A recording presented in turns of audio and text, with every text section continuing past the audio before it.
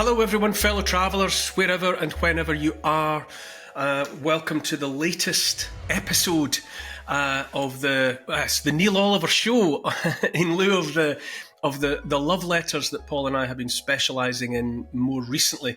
This is, as I said, it's been an opportunity to open the whole conversation up. Rather than just listening to me, I want to share space and time with those that I find inspirational, informative, instructive. And so we'll get straight into it with today's guest, David Krayden, a journalist in Canada. David also served with the Canadian Armed Forces. Our paths, David and mine, crossed in that mysterious alchemical way that has brought me into contact with just about everyone I speak to now. In David's case particularly, I sense a kindred spirit. I was aware of what David was saying online about all sorts of subjects close to my heart, and I sensed that we were in rhythm, that we were simpatico. All of this as well is enveloped in a sense that I get from David that I feel too, a sense of bewilderment about so much that's going on. It makes no sense to me. For me, as you all know on here, it started with the COVID debacle. But that was only a key that opened a door, or more accurately, opened my eyes to so much else that's going on. And suffice to say, there's so much that I could talk to with David Krayden, so that I almost don't know where to start. But I will start with a simple hello and welcome, David Krayden. Well, Neil, it's so nice to be here, and we're going to have a wonderful conversation.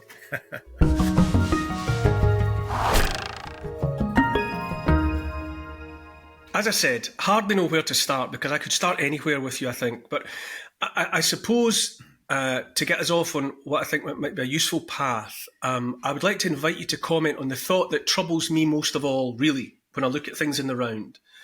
That the leaders of the West seem to me to be following, pushing an agenda that is simply anti-human, that does not have our interests, and certainly not our best interests at heart. What say you?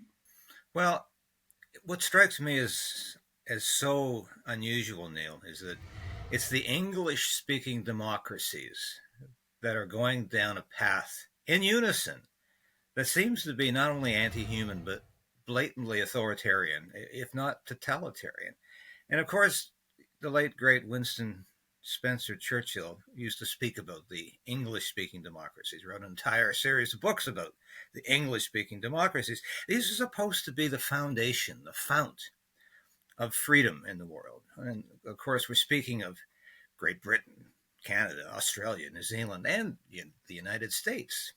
These are the countries that have always demonstrated democracy under fire during wartime, during Great Depressions, during times of huge dislocation. And yet, all it took was a pandemic that really wasn't as serious as they made it out to be, to utterly destroy the foundations of these democracies. And we see this blatantly in Canada. We have a prime minister who gets increasingly dictatorial by the day. I'll bring up an incident that happened yesterday shortly, but we have an Australian prime minister who's now forbidding any criticism or any caricatures of him appearing on the internet. It's not only that they're authoritarian, they've lost their sense of humor. This is the sort of thing that was commonplace in Nazi Germany and Soviet Russia. You weren't allowed to joke about your leaders. You weren't allowed to make fun of them. And this seems to be the first thing that has fallen through here in all of these countries. The hyper seriousness of what I'm doing is just so important. It's so significant to the history of civilization. Don't get in my way. And I see this so much with the hate speech legislation that you're experiencing in Scotland. Your leader there, the Scottish National Party leader, is resigning, which I covered the other day. I don't know if that's going to affect this ridiculous hate crime and public order law you have there, but I'm hoping there might be some effect in Canada where we are considering legislation that's even more odious. And I hope this is going to energize the opposition to this law in Canada. But all of this, as you say, Neil, it's anti-human because it really wants to silence and cancel anybody who isn't part of the narrative, who is not singing along in unison to this perverse chorus, which is the only way I can describe having a musical background. It's a perverse chorus, and I'm not joining in. You raise something that's been on my mind recently. In fact, I've spoken about it very recently in the public domain. That lack of sense of humour and that pomposity and that unwillingness to take a joke. I'm painfully aware of that in our so-called leaders as well. And I wonder if it's symptomatic of that divide which must be there now, that them and us, that those who have obtained control see themselves as a separate caste, as it were.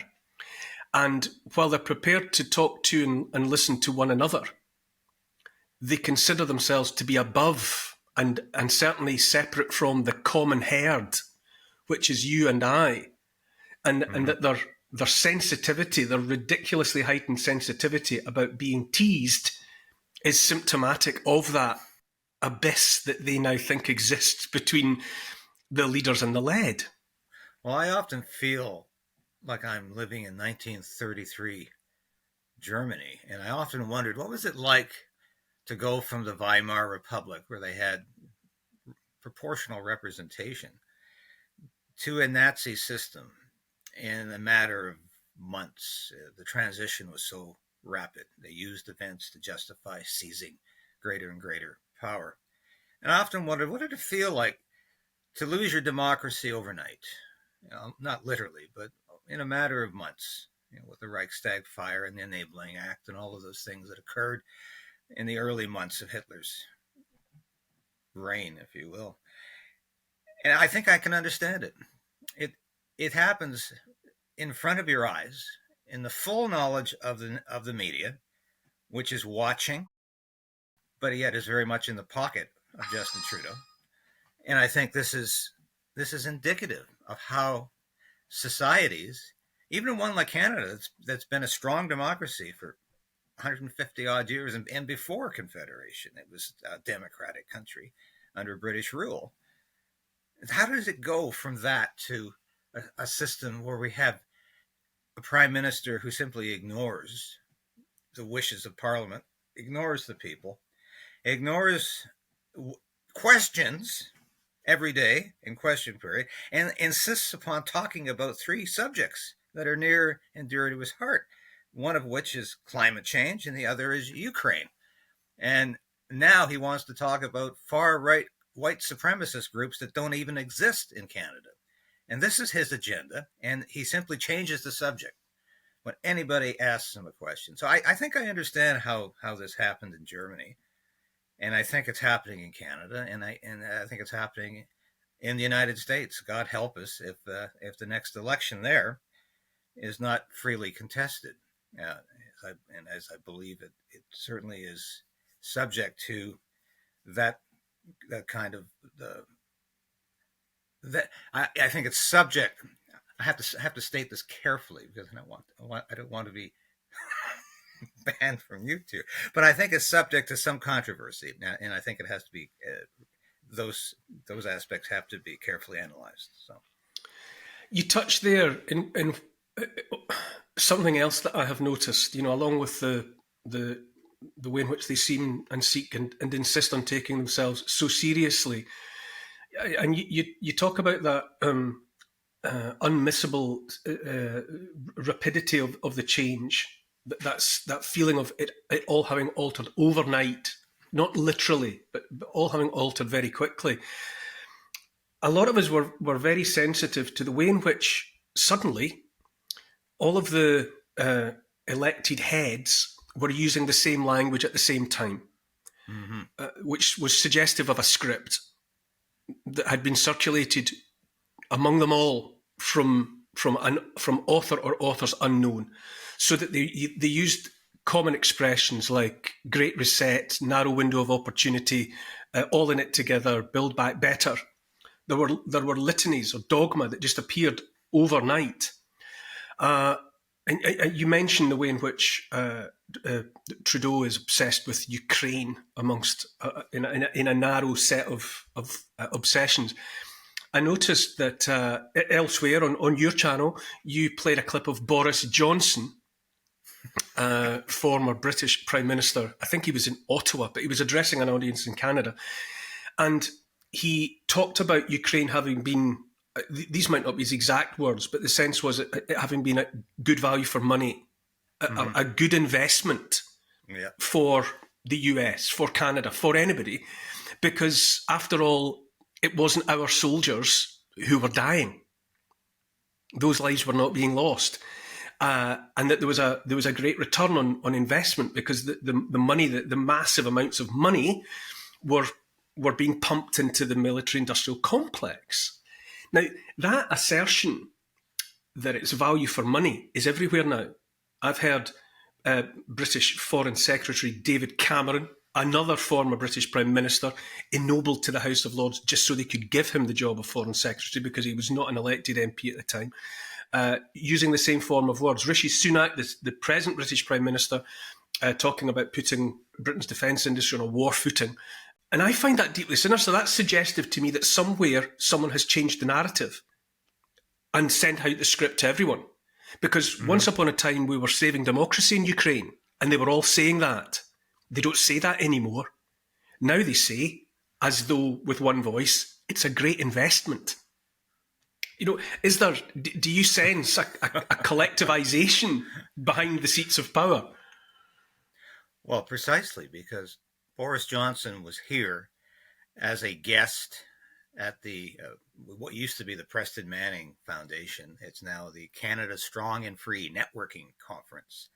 And this is Canada's CPAC. This is the equivalent of what they do in the United States with all conservative groups. It's not run by the Conservative Party, but there's heavy representation from the Conservative Party of Canada. Pierre Poilievre was a keynote speaker at this event. There's lots of Conservative MPs. I think half the caucus usually shows up. But there's a lot of small C Conservatives and small L Libertarians who show up for this conference. And so Boris Johnson is here. And I'm thinking, what on earth did they invite Boris Johnson for?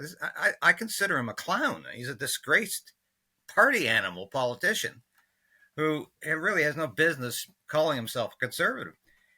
But he shows up, and what does he want to talk about? Well, exactly what Justin Trudeau wants to talk about, and that's Ukraine. And as you said, he literally did say it was good value for your money, because we're not dying. Canadians aren't dying. Brits aren't dying. Americans aren't dying. Ukrainians are dying. So what's the problem? And yes, all the money's going into the armaments industry, of which Canada is really a branch plant of the United States. I mean, we have been for decades. So yes, the military spending benefits Canada as well. And we all know that. So Boris Johnson is holding forth, and he, of course, looks like he just staggered out of bed when he gets there. His tie is askew, his suit rumpled, his hair going in every which way as usual. And he has the nerve to tell us this. And not only that, the unspoken part of this that was only seen on social media, it never really made it to the legacy media at all, was when he went to the House of Commons to glad hand people he, I guess, apparently knew. At the front door, he runs into none other than our Environment Minister, Stephen Guilbeault, who is, of course, a former Greenpeace activist who was a convicted felon when he scaled the CN Tower as a prank. And now he's the Environment Minister that is killing Canada's oil and gas industry. He's killing it incrementally with legislation, full support of Justin Trudeau, of course. And what does Boris Johnson do? He almost embraces Guilbeault at the front door. And this was all captured on film by an amateur journalist who was on scene capturing this. Embraces Guilbeault and says, "You're doing a terrific job." It's a terrific job. And this is a man, of course, who is the bête noire of most conservatives in this country, because he is on an extremist environmental agenda that is so obsessed with climate change that Canadians might as well be living in caves to reach his objectives. And even if we did, of course, live in caves, if we stopped heating our homes, stopped driving cars, stopped traveling by airline, we wouldn't make a dent in the global greenhouse gas emissions, the global ones, because Canada produces about 1% of those global gas emissions. So the whole thing is an exercise in futility, but also in self-strangulation of our Canadian industry and our economy. And people are watching this and saying, where is this leading? Where are we going? But Boris Johnson apparently thinks he's doing a terrific job. So that to me says, do these people have any principles? Or is this a grand farce? Is this a grand illusion? Is this all about these politicians? They're all in on the joke. They're all in on the gag together.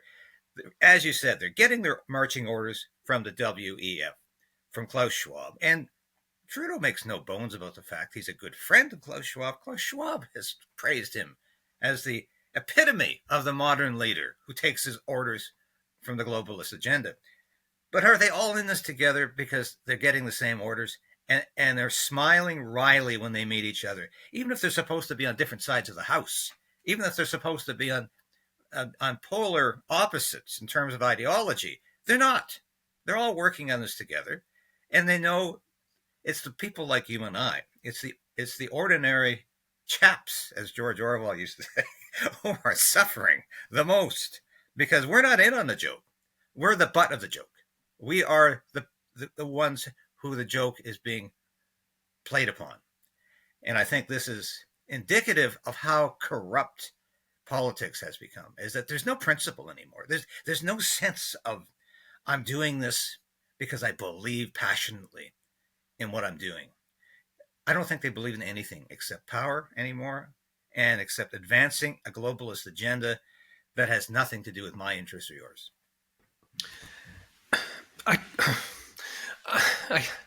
I concur with everything that you had to say there, David. I have to say, but you bring me back to this sense I have of the anti-human nature of it all. While I agree that it feels like the joke is on us, and that they are all in on it, it's certainly not funny, and I wonder at the extent to which you think that is it an illusion that they seem to be walking us towards the Third World War? There's talk of Poland wants nuclear weapons, or there's talk of positioning nuclear weapons in Poland, which seems like a suicide note for the world were that to happen. And we've got the World Economic Forum that you've already mentioned that seems driven towards, will stop short of nothing but the surrender of national sovereignty, individual sovereignty, the surrender of rights and bodily autonomy. We've got, as you say, the likes of Trudeau pushing this green agenda, so-called, which I would prefer to call a greed agenda, because somebody somewhere is getting rich off the back of all the nonsense. But it's making life impossible for your fellow Canadians. It's increasingly making life impossible for people in the United Kingdom and in Scotland. Where do they stop? Do you think that they really would? I mean, is there an insanity level where they would actually walk us properly into a third world war with the potential for nuclear destruction? Or are they just dangling fear in front of all of our faces, while in the background they dismantle the lives that we have known? That is such an excellent question. And I don't think I have pondered that sufficiently up till now, because I look at this as, yes, we are 2 steps away from a nuclear war. We have been for the last year. I've been writing extensively about this because as a former military person, I think I have some skin in the game. I think we're closer to a nuclear war today than we were in 1962, October 1962, with the Cuban Missile Crisis, which was always sort of been pegged as the high water mark of the Cold War, and where we came closest to a nuclear confrontation and a nuclear war with the Soviet Union. But fortunately, there was a president in the United States at that time who was both logical, rational, and capable of compromise and capable of finding solutions. Right now, we have a president of the United States who's clearly suffering from dementia. There's no debate about that as far as I'm concerned. He's not in control of the White House. He's not in control of the agenda. I wonder if he's in control of the nuclear button. I doubt it very much. So we're left with a bunch of really obnoxious kids running the White House. And of course, it's the U.S. really who's making the decisions on this, on how far NATO is going to go, how much brinkmanship is going to be employed to try to get the Russians out of Ukraine, which is not going to happen. And Vladimir Putin has been quite clear that he's not going to be cowed out of Ukraine by threats from NATO. He's prepared to use nuclear weapons if he thinks it's justified in Russia's interest. But is this all theater? As you say, as they continue to lay the foundation for this new world order that is clearly in preparation. I don't know if they are in control of it anymore. I guess I would have to say that, because every once in a while in history, the events get out of control. It happened in the First World War. Nobody wanted the First World War in June or July 1914. Nobody wanted to see their empires and their monarchies vanish in 4 years. Nobody wanted to see, or few people in the West anyway, wanted to see a Bolshevik regime in Russia. But it happened because events rapidly got out of control. And I don't know if you can play this game with nuclear war and think you can win it and think you can use it for your self-interest and you can just use it as a scare tactic so people will knuckle under. Because I'm not seeing the sort of caution, the alarm bells that used to go off. I mean, we both grew up in the Cold War. We're virtual contemporaries. I remember the 1980s when people were convinced that we were on the verge of nuclear war, and there was so much publicity about that. I don't see that at all today. I don't see the media in the UK or in the United States or Canada fretting about the potential nuclear war on the horizon and what this would mean, that hundreds of millions of people would be dead within hours. I don't see that. And so I think they might be trying to use this as a means of leverage, but I don't think it's going to be successful. They're playing with fire here, to use a terrible cliche, but they are playing with fire, and it can rapidly escape their control. I can't decide, David, whether I believe them or not. Their brinkmanship, they're playing chicken, or they appear to be playing chicken with one another. And I'm alive to the possibility that nuclear war is possible. I am. But I also, about 50% of me, can't shake the suspicion that it is theatre. Because let's imagine there's a grand plan for centralised global control. I think that plan would have to predate the emergence of the proliferation of nuclear weaponry. It would have to predate the technology of biological warfare. I think that intention possibly comes from a less technologically advanced period of our history and has simply been handed from one generation to the next. And that now the people who have the levers of power are in this almost invidious position where they're supposed to conclude the plan, but there's the potential for nuclear destruction or releasing a pathogen on the species. But I can't shake off my suspicion that they will not do that because both options are bad for business.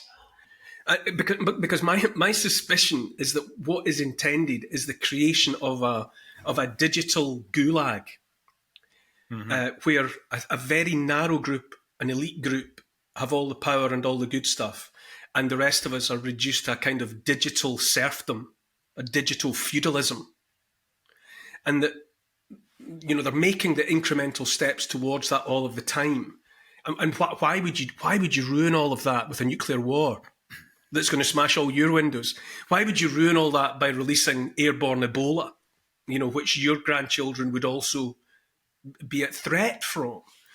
So I can't help feeling that we're being played on a global scale, cowed into submission, cowed into wanting to be protected, cowed into wanting the kind of security that they profess to be able to offer, so that in the end we simply meekly submit to our futures in that digital gulag archipelago.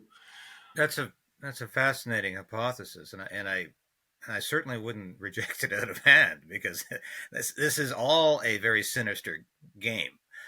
But of course, Russia and China would have to be in on the game as well.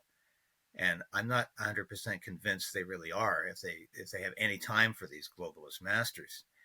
And if that's not the case, then the West might be very disappointed that they don't play along with this game. And I don't for a minute think that Anthony Blinken or the other people surrounding Biden really want to submerge the world into a nuclear war any more than other administrations in the past did. But I do question whether or not events can get out of control, because it's very possible that mistakes can be made, not necessarily by the Anthony Blinkens and the Richie Sunaks of the world. And I think Blinken is more in charge of diplomacy right now than Joe Biden is. Whether that's good or bad, I can't decide. But I do think that they are convinced, they're very arrogant in thinking they've got this under control, that they are the ones pulling the levers. But you have to remember, in a nuclear war, we almost had incidents throughout those 50, 60 years of the Cold War where mistakes were made and accidents happened, and we almost had nuclear war at times because of stupid mistakes made at a very low level. And that could happen again, because everybody has to be aware of the narrative. Everybody has to be aware of where this is going, what the objective is. And if there's true believers at the mid-level of management who think we need to have a war with Russia because Russia needs to be punished, they could well pursue that agenda without the full support of the upper echelon. And I think that's highly possible. But I think you've struck on something. I mean, how stupid are these people? Do they really want to start a nuclear war over Ukraine? Or are they using it? I think they think they're probably going to be able to control this. I'm not sure they can indefinitely. And the potential for a mistake to occur, for a potential nuclear accident, increases rapidly as more and more countries talk about sending troops to Ukraine. Let's talk about actively joining the fight, pretending that the European Union can fight Russia, but that's not NATO. That's insanity. Yes, any NATO country that's also a member of the European Union would put all NATO countries at war immediately. It's a core doctrine of NATO. And to suggest that, well, the EU can do it without NATO's auspices is not just insane, it's just frankly irrational and false. So I'm very concerned that one way or the other, we're either headed towards the road to totalitarianism or we're headed for nuclear war. And I'm not sure there's enough discourse and argument in the legacy media to avert that right now. And I think that's why people like you and I need to keep the issue in the forefront and to keep the debate going, because otherwise we're being told what to do constantly. And to get back to your initial question and statement, it's the anti-human agenda, as you said. We are being told how to live, how to think, how to speak, what is permissible. And that to me is the great deception of our day, is that we no longer have the freedom to choose, the freedom to be human. And I was thinking the other day of a book I read years ago, and I'd forgotten about it, written by a very controversial figure, G. Gordon Liddy, of course, was associated with Nixon and Watergate. But he wrote a fantastic book called When I Was a Kid. this was a free country. And this is, of course, as years before things became where they are today. But he was just talking about the incremental loss of freedom, of little things that you can't do anymore, you can't say anymore, you're not allowed to do because it's politically incorrect, or there's laws in place to stop you. And I thought about this the other day because that's where we're coming in Canada. We're afraid to say anything. The chill is so substantial. The chill on free speech is so substantial. So I do think we're headed in one or the other direction, totalitarianism or a nuclear war. I wonder I wonder a lot. I wonder often about the possibility that we've simply passed a point in our civilization where enough people are aware that the kind of civilization in which you and I have grown up is not natural. I wonder at the extent to which too many people think that the way things are, you grew up in Canada, I grew up in Scotland, think that that's just in the nature of human existence, and that too many people have lost track of just how incredibly unlikely our circumstances actually have been and continue to be, however fragile that has become. You know, that people think that the barbarians are just held at the gates, that we live in streets that you can walk at night, that are lit, that are safe, you know, that you can stand at a bus stop and a bus will come at the appointed time, that you can go to the supermarket and the food will be there, that you can go to the auto teller and put in your card and the money will magically arrive. That too many people think that that just happens, and that inevitably when you cross that tipping point, that too many people take that for granted, that it then just becomes inevitable that we lose it, and that the opportunity to take it from us is seized upon by the likes of those that have put themselves in charge now, and that coupled with this anti-human agenda, you know, puts us all in terrible jeopardy, because we're being casual with our rights, casual with our freedom, casual with our security, and we've left it in the hands of those who care for us not a jot. Yeah. Well, I've heard you speak about this at length on your broadcast, and I found it quite fascinating. I mean, I remember one particular episode where you talked about the democracy we enjoy today, or we still enjoy to some degree, is something that's historically irregular. We went for millennia without democratic freedom, and this is a bit of a reversal. This is a new thing.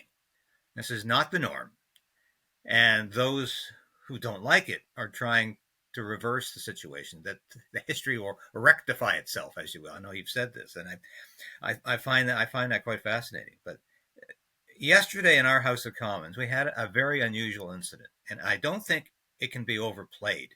What happened yesterday is that the Speaker of the House of Commons, and for your American audience, the Speaker in the British parliamentary system, as Canada has adopted, is supposed to be a non-partisan figure, not like the House Speaker in the United States, where it's a very partisan position. The Speaker of the House of Commons is supposed to be a non-partisan figure. He or she can belong to a political party, and they always do.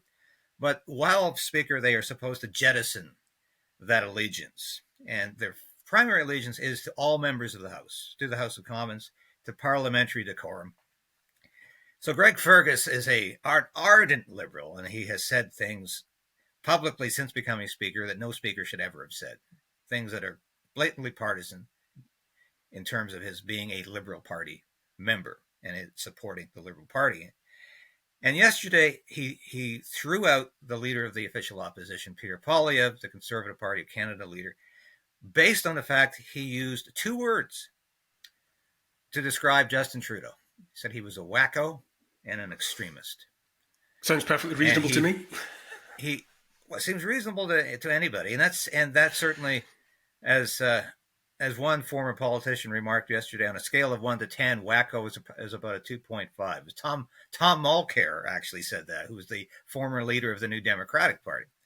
He said that was just so ridiculous, and he's calling for the Speaker to resign over this. Because what was suspicious about this whole incident, Neil, is that it's like he was waiting for Poilievre to say anything, because he already had the standing order in front of him to say that because you said this, I have the right to throw you out of the House of Commons. I have the right to throw you out of question period according to standing order. And he had the paper in front of him. Was he ready for this? Was he waiting for this? Did Trudeau tell him, get Poilievre out of here today? Because I don't want to answer any questions about drug recriminalization. And that was the issue of the hour yesterday, because British Columbia is suffering from such an excess of opioid and heroin overdoses because they decriminalized all drugs in the province because the federal government said so. And they have made BC exempt from all laws regulating hard drugs. And Toronto as a city also wants to go down this route. So Poilievre is saying, stop this insane policy. It's killing people. It is not working. Even the leftist government of BC is saying so.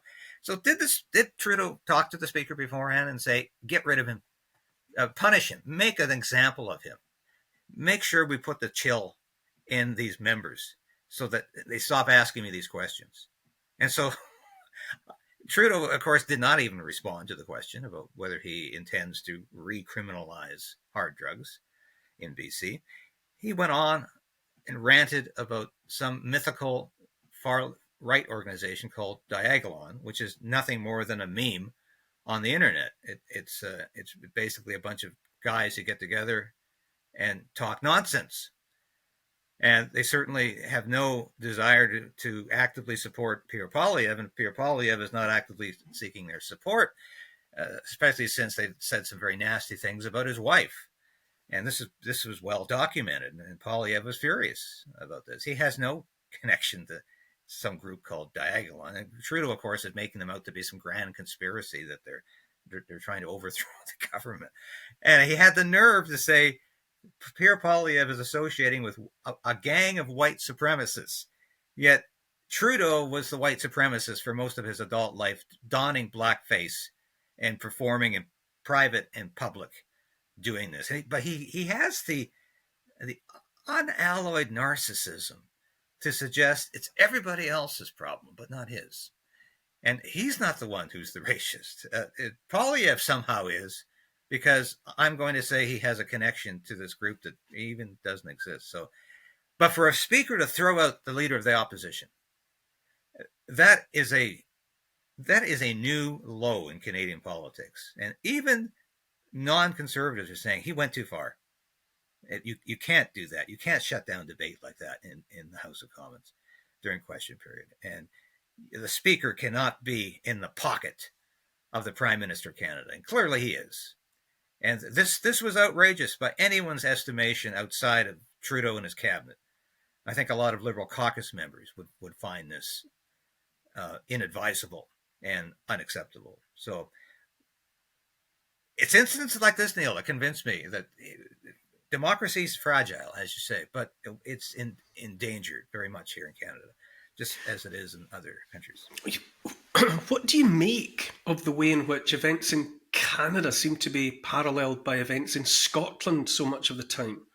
Mm-hmm. You know, by which I mean, you've already mentioned, I think, the hate crime legislation in Scotland, and you have similar in Canada, and that which you just mentioned, that way in which any kind of dissenting voice, any kind of contrary position is not challenged in terms of the substance of what point is being made, what question is being asked. There's just this resorting to labelling, extremism, whatever, far right, and also to seeking to damage people by association. There's this instinct. I think in Canada, Poilievre is also damned by association with the fact that Alex Jones has spoken about him and said that he's the real deal. I think is the term that he used, and that suddenly became the fact that somebody that may or may not have a more questionable reputation than you do says something in your favour is also something that must be used to bring you down. We've also got in Scotland now. We've got a bid to broaden out the potential of assisted dying to make it easier for people who are terminally ill to seek help with ending their lives. And obviously, you're much, much further down a dark road in Canada, in the same area. Why do you think small populations, let's say, relative? Yeah. Why do you think these small countries are running on parallel tracks? I guess it's easier to manage a smaller population, and it's easier for these leaders to introduce legislation that I think would be still in the United States would still be seen as verboten. We don't want a government euthanasia project. Somehow this slipped through the cracks in Canada, and it has, as everybody said, we always talk about that slippery slope, and it's become a terrible cliche, but it's always true. You take one step down that slope, and you inevitably will continue a decline.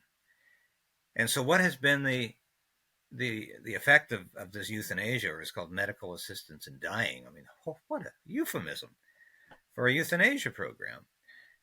It has just continually been expanded, and of course, the next step, they put it off for a year, but the next step will be the mentally ill, and of course, that is a huge category. That can mean anybody that's suffering from any kind of depression, self-harm, alcoholism, drug addiction, anything that can be construed as mental health.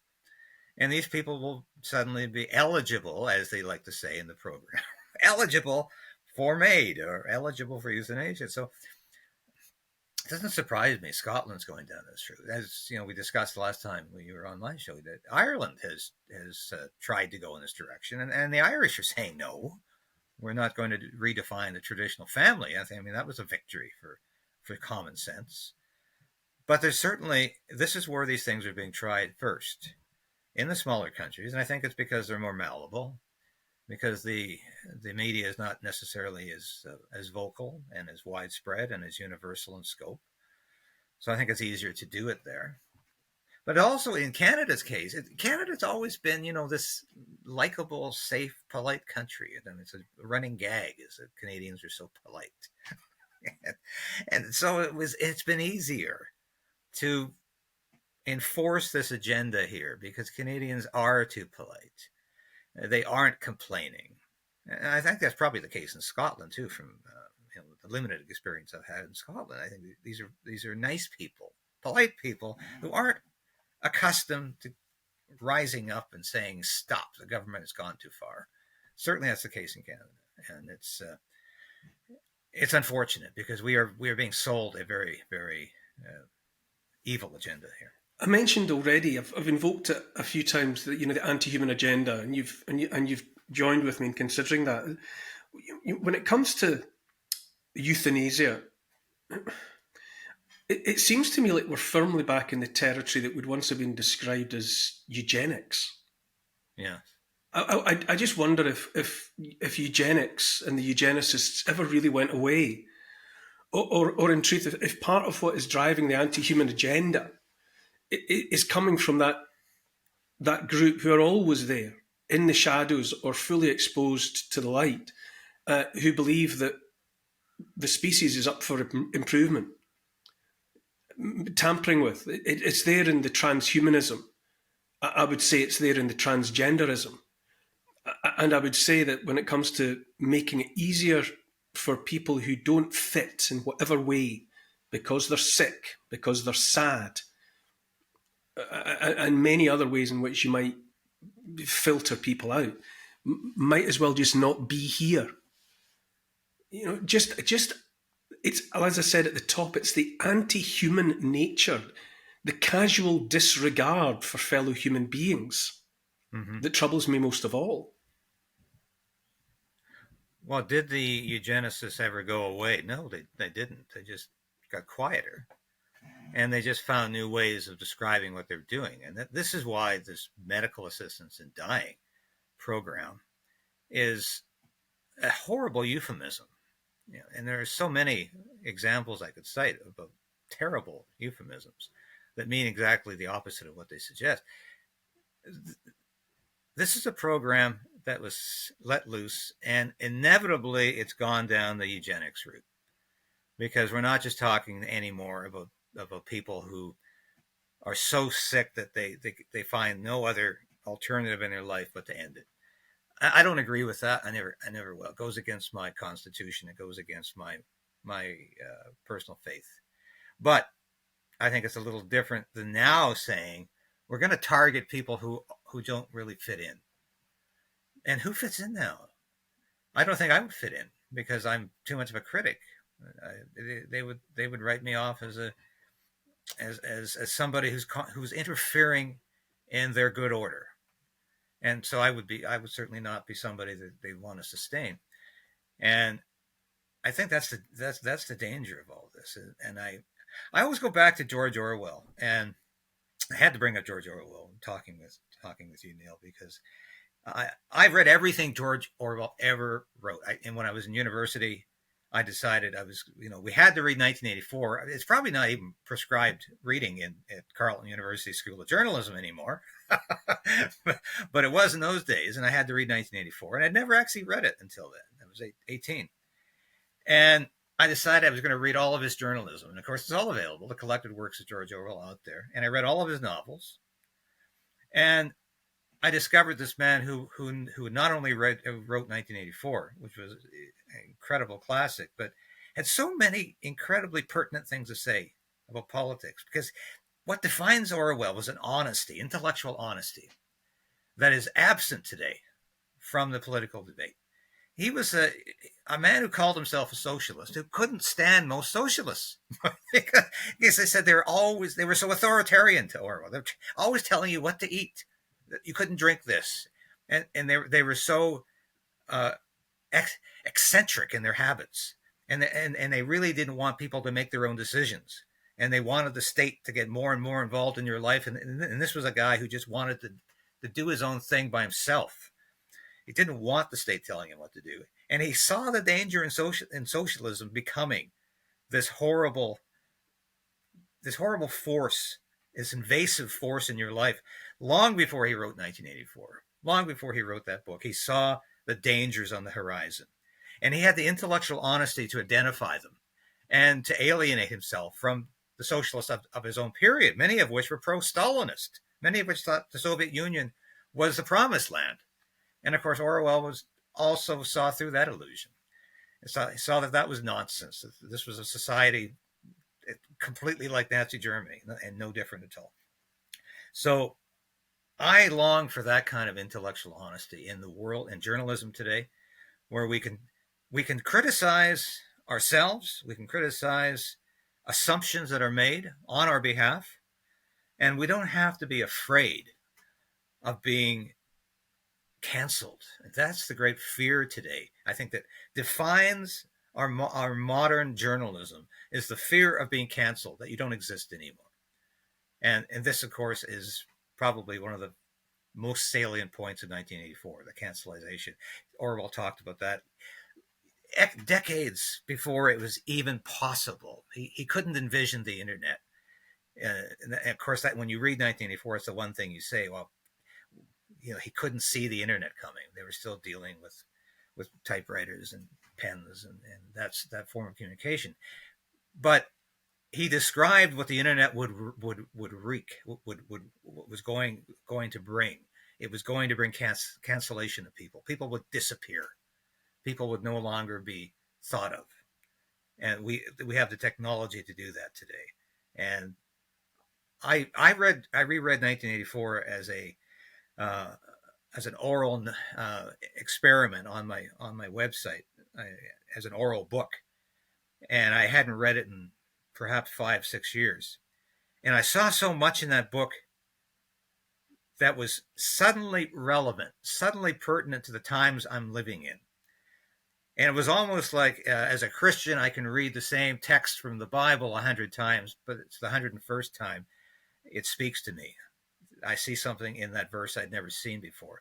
When I read 1984 again, about 6 months ago, I saw things in that book I'd never seen before. I saw the world that was constantly at war, I saw the military-industrial establishment wanting to keep the war at world constantly because it was making them huge profits. I saw a world where people were being canceled and disappeared on the internet. And I saw a book that I had never read before in the same way. And it was amazing to me. It was like I could do a new exegesis on 1984 because I was reading it at the right time in history. And I've told that to many people. Most of them look at me a little askance, thinking, "You think Orwell was divinely inspired?" And I'm not suggesting that. I think his book is not just prescient.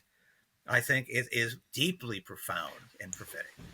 What I agree with you about how prescient 1984 was is, but something that really comes through to me again when I reread it is his depiction of the deliberate drabness that was made of people's lives.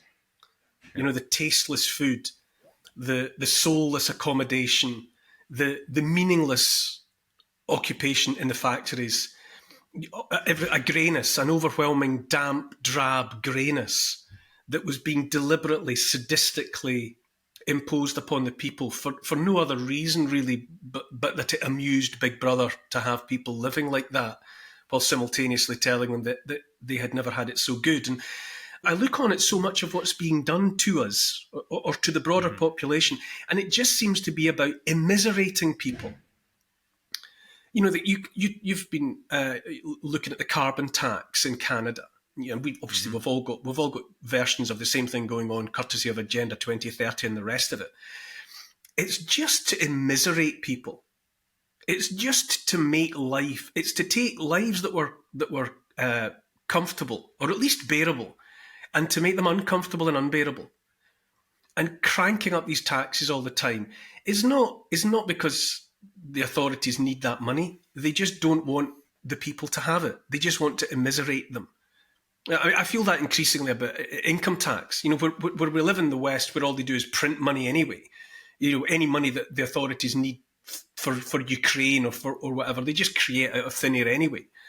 So that you look at personal income tax and think they can only be collecting that from people because they don't want the people to have the comfort of that money. And telling people that they can't have internal combustion engines in their cars and that therefore they can't have cars at all, and that they want to tell them what they can eat. You know, they want to take away the arable herd, they want to take away arable farming and the livestock, you know, so that people can't have access to the food that they've enjoyed in the past. So much of it just seems to be a drive to make people miserable. Now, where on earth does the motivation for immiserating the mass of the population come from? Are we just dealing with sociopaths and sadists? I think you might have defined the condition of our age, the immiseration of civilization.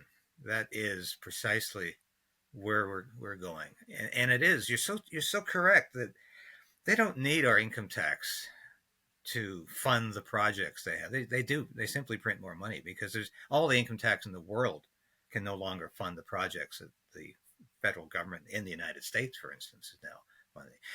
The open borders. I saw a report yesterday on Redacted from a former border security guard saying that they're literally spending hundreds of billions of dollars moving these illegal immigrants across America, sometimes giving them 4 or 5 COVID tests, for instance, at $20,000 a shot. The money is astronomical. And income taxes alone, of course, aren't going to pay for this. It's just they keep spending and they keep printing, and there's no end in sight. Just like the money for Ukraine, this is not the end. They will keep sending money to Ukraine until that's quite clear. The war is over, and of course, as I heard yesterday, this latest installment, this billions of dollars, are largely now in the pockets of corrupt politicians who are running out of the country with the money that we just sent them. Or the United States just sent them $61 billion. The cash they received, $9 billion in cash, is gone. They've already got, as Scott Ritter was saying this yesterday, that from his sources, that they've left the country with the $9 billion. It's not even there. And so you're quite correct. It's about making life cheap and very small for those of us who are trying to make some sense of all this. And of course, I guess all you're going to get is frustration if you try to make sense of all this. They're not doing this for our greater good. They're doing it for themselves. They're doing it to perpetuate their own power. They're doing it because they're following a foreign globalist master. I firmly believe that. I mean, it's quite evident. They couldn't make it clearer. And stop thinking that these politicians, that these leaders, these Western leaders, have your best interest at heart. They don't. It's not even clear they have their own best interests at heart. They're working for very evil forces, and these forces are consuming us. And I'm happy to be part of the resistance to this in any form it takes. I look on at the that immiseration that you know just describing, and I know you can't help but notice the emergence of those to whom the immiseration does not and will never apply. You know when it comes, let's take for example the whole war on carbon, and I've said for a long time that we are the carbon that they want to reduce, but we already see the super rich, the Bill Gates and his ilk, that say that they will simply buy they will simply buy up the spare rights to pollute the world that poor people can't afford. Poor people can't afford to burn carbon, but they'll do it on our behalf. They'll fly their private jets. They'll consume the Chateaubriand. They'll drink the fine wines because they can afford to pay the carbon taxes that the rest of us are ruined by. And I'm minded automatically of the indulgences that Martin Luther railed about at the time of the Reformation. The very idea that you could free yourself from sin, get into heaven with cold hard cash. If you were rich enough and you could just hand over the money, you got an indulgence, and that absolved you of the need to repent. It was just a get out of jail free card.